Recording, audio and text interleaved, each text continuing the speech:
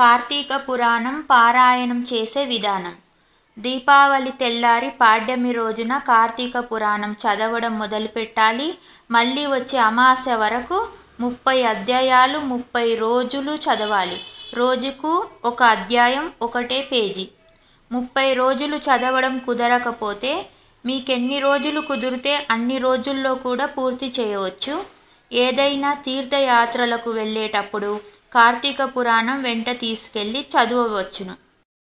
కార్తీక పురాణం చదివే వాళ్లకు నియమాలు: రోజు సూర్యోదయానికి ముందే నిద్రలేచి చల్లటి నీళ్లతో స్నానం చేయాలి.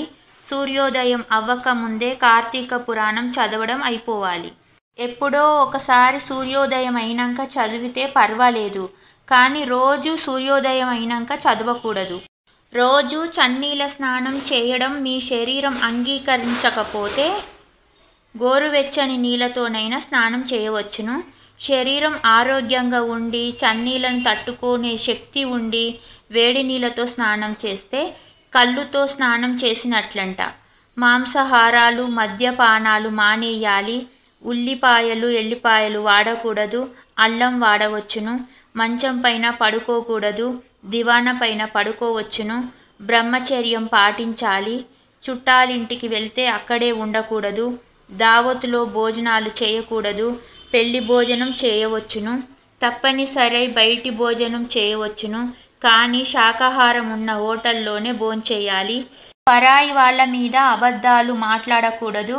ఎవరిని బాధ పెట్టకూడదు. ఇవే కార్తీక పురాణం చదివే వాళ్లకు నియమాలు.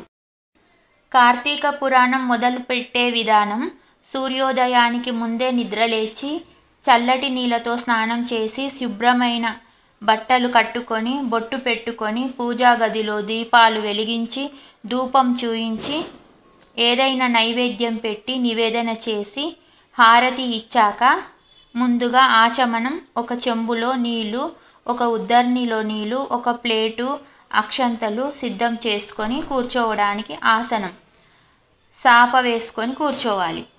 ముందుగా అక్షంతలు పట్టుకొని గణపతిని ప్రార్థించాలి. మీ గోత్రనామాలు చెప్పుకొని నీళ్లు పోసుకొని చేతిలో అక్షంతలు వదలాలి ప్లేట్లోకి. మళ్ళీ నీళ్లు పోసుకొని త్రాగాలి. త్రాగే ముందు చెయ్యి పెదాలకు తాకకుండా, చెయ్యి ఎంగిలి కాకుండా త్రాగాలి. ఇలా 3 సార్లు త్రాగుతూ ఓం కేశవాయ స్వాహ, ఓం మాధవాయ స్వాహ, ఓం నారాయణాయ స్వాహ అంటూ 5వసారి నీళ్లు చేతిలో పోసుకొని ప్లేట్లోకి వదిలితే ఆచమనం పూర్తయినట్లు. ఇక ఆచమనం వీలైతే రోజు చేసుకోవచ్చు, లేదా మొదటి రోజు చేసుకొని చివరి రోజు కూడా చేసుకోవచ్చు. అక్షంతలు పట్టుకొని గణపతిని ప్రార్థించాలి. మీ గోత్రనామాలు చెప్పుకొని, సంవత్సరం పేరు చెప్పుకొని, వారం పేరు చెప్పుకొని, తిథి పేరు చెప్పుకొని అని కార్తీక పురాణం శివకేశవుల పేర్లు చెప్పుకొని, నవగ్రహాల పేర్లు చెప్పుకొని ఓం నమః శివాయ, ఓం నారాయణాయ, ఓం దామోదరాయ, ఓం కాలభైరవాయ అంటూ కళ్ళు మూసుకొని ప్రార్థించాలి. నేను కార్తీక పురాణం పారాయణం చేస్తున్నాను, ఎలాంటి ఆటంకాలు రాకుండా చూడమని అక్షంతలు దేవతల పాదాలపైన వేసి మొక్కుకోవాలి. ఇక కార్తీక పురాణం మొదటి అధ్యాయం మొదటి రోజు చదవడం మొదలుపెట్టాలి. రోజు తులసి కోట దగ్గర దీపం వెలిగించాలి. కార్తీక పురాణం ఎక్కువగా తులసి కోట దగ్గరనే చదువుతారు. కుదరకపోతే పూజా గదిలో చదువుతారు. సరైన పద్ధతిలో ఈ కార్తీక పురాణం పారాయణం చేయడం వలన మీకు కలిగే లాభాలు: మొదటిది పుణ్యం కలుగుతుంది. రెండవది ఎవరిని బాధ పెట్టరు. నీతిగా నిజాయితీగా బ్రతుకుతారు. చనిపోయినా కానీ స్వర్గానికి వెళుతారు. ఇదే కార్తీక పురాణం గొప్పతనం. అదేంటో మీరే చదివి తెలుసుకోండి. కార్తీక పురాణం చదవలేకపోతే కార్తీక సోమవారాలైనా చెయ్యండి. నెలలో 4 లేదా 5 సోమవారాలు వస్తాయి. ఈ 5 సోమవారాలు ఉపవాసం ఉండండి. వీలైనప్పుడల్లా శివునికి అభిషేకం చేయించండి. ఓం నమః శివాయ నామస్మరణం నిరంతరం చేయండి. సోమవారం సాయంత్రం శివాలయంలో అభిషేకం చేయించండి. దీపదానం చేసుకోండి. సాహిత్యం, తోటకూర, తాంబూలం, కార్తీక దానం అంటూ బ్రాహ్మణునికి దానం ఇవ్వండి. కార్తీక సోమవారం ఉపవాసం సాయంత్రం వరకు ఏమి తినకుండా ఉండాలి. సాయంత్రం పండ్లు పాలు శివుడికి నివేదన చేసి పాలు పండ్లు త్రాగి ఉండేది 1వ పద్ధతి ఉపవాసం. కానీ మీ పొట్ట ఆకలిని తట్టుకుంటుందో లేదో ఆలోచించి ఉపవాసం ఉండండి. పొట్టలో అగ్నిదేవుడు ఉంటాడట. కొందరికి ఎక్కువగా ఆకలి, కడుపులో మంట వస్తుంది.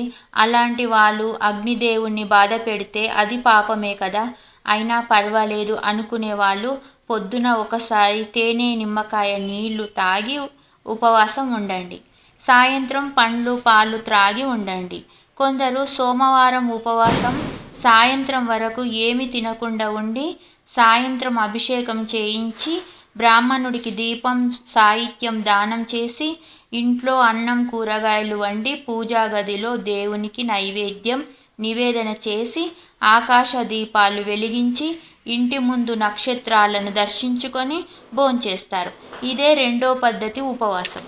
కార్తీక సోమవారం రోజు శివుడికి నైవేద్యం నివేదన చేసింది కొంచెం కుక్కకు పెడితే కాలభైరవుడు సంతోషిస్తాడంట. ఈ కార్తీక మాసంలో కార్తీక సోమవార వ్రతం చేసి ఆ నైవేద్యాన్ని కుక్కకు పెట్టడం వల్ల కుక్క మనిషి జన్మ ఎత్తిందంట. అంత పవర్ ఉంటుంది ఈ కార్తీక సోమవార వ్రతానికి. కార్తీక మాసంలో ఏకాదశి ఉపవాసం కఠినంగా ఉంటుంది. ఏకాదశి రోజు నారాయణుని నామస్మరణతో ఉపవాసం ఉండి సాయంత్రం పండ్లు పాలు శ్రీమన్నారాయణునికి నివేదన చేసి తినాలి. ద్వాదశి వెళ్ళి పోకముందే వంట చేసి శ్రీమన్నారాయణునికి నైవేద్యం నివేదన చేసి విష్ణువు ఆలయంలో సాలగ్రామ దానం అని ఉంటుంది. సాలగ్రామ దాన పూజ చేసి సాలగ్రామ దానం చేసుకొని ఆ పూజ చేయించుకోవాలి. ఉసిరి చెట్టు ఉంటే దీపాలు వెలిగించాలి. గజస్తంభం మీద నెయ్యి దీపం వెలిగించాలి. గోవుకు అరటి పండ్లు తినిపించాలి.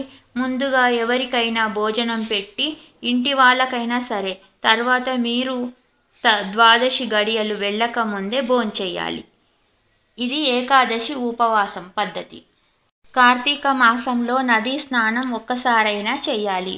ముందు ఇంట్లో స్నానం చేసి నదిలో 3 మునుకల స్నానం చేయాలి. నదిలో బట్టలు పిండకూడదు, సబ్బులు పెట్టకూడదు. కార్తీక మాసంలో వనభోజనాలు చేస్తుంటారు. కావలసిన సామాగ్రి తీసుకెళ్ళి వనం చెట్ల దగ్గర వంట చేసి అక్కడ ఉసిరి చెట్టు ఉంటే నైవేద్యం నివేదన చేసి తినాలి. ఉసిరి చెట్టు లేకపోతే శ్రీమన్నారాయణుని నామస్మరణ చేస్తూ భోంచేయాలి. కార్తీక పున్నమి రోజు నది స్నానం చేస్తే చాలా మంచిది.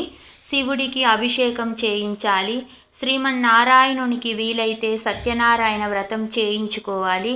పౌర్ణమి రోజు తులసి నోము ఉన్నవాళ్ళు నోము సూర్యోదయం ముందు కానీ సూర్యాస్తమయం తర్వాత కానీ చేసుకోవాలి.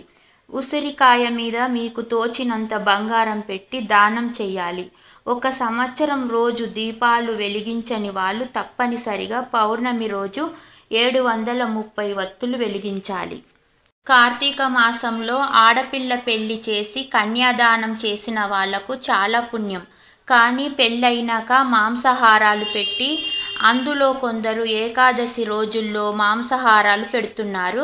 అలా పెట్టడం చాలా పాపం అవుతుంది. కన్యాదానం చేసిన వాళ్ళు మాంసాహారాలు పెట్టి కన్యాదానం పుణ్యం పోగొట్టుకుంటున్నారు. ఒక కార్తీక మాసంలో మాంసాహారాలు పెట్టకూడదు.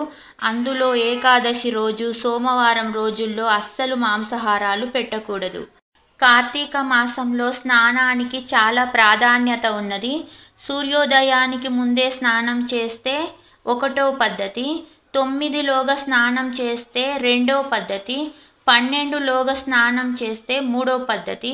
కానీ 12 తర్వాత కూడా స్నానం చేస్తున్నారు కొందరు. వాళ్ళు వచ్చే జన్మలో రాక్షస జన్మలు ఎత్తుతారంట అని కార్తీక పురాణంలోనే రాసి ఉంది. కార్తీక మాసంలో రోజు దీపదానం చేసేవాళ్ళు చివరి రోజు వెండి ప్రమిదలో ఆవు నెయ్యి పోసి బంగారం వత్తి 1, పత్తి వత్తి 1 వెలిగించాలి. ఈ దీపాన్ని బ్రాహ్మణుడికి దానం చేయాలి. ఈ విధంగా కార్తీక పురాణంలో దానాల గురించి చాలా విశేషాలు ఉన్నాయి. కానీ ఎవరికి ఎంత చేతనైతే అంతే దానం చెయ్యండి. ఎవరి తాహతకు తగ్గట్టు వాళ్ళు దానం చేసుకోవాలి. కొందరు డబ్బుండి దానం చేయరు. డబ్బు ఉన్నా లేకపోయినా బ్రాహ్మణునికి చేసినంత వరకు దానం చేయాలి. కానీ మిమ్మల్ని నమ్ముకున్న వాళ్ళు, మీ కుటుంబ సభ్యులు, మీరు తప్ప వాళ్లకు ఇంకెవరు లేరు అనుకునే వాళ్లకు తప్పనిసరిగా దానం చేయండి, సేవ చేయండి. మీరేది చేసినా 1కి 10 ఫలితం ఉంటుంది. శుభం.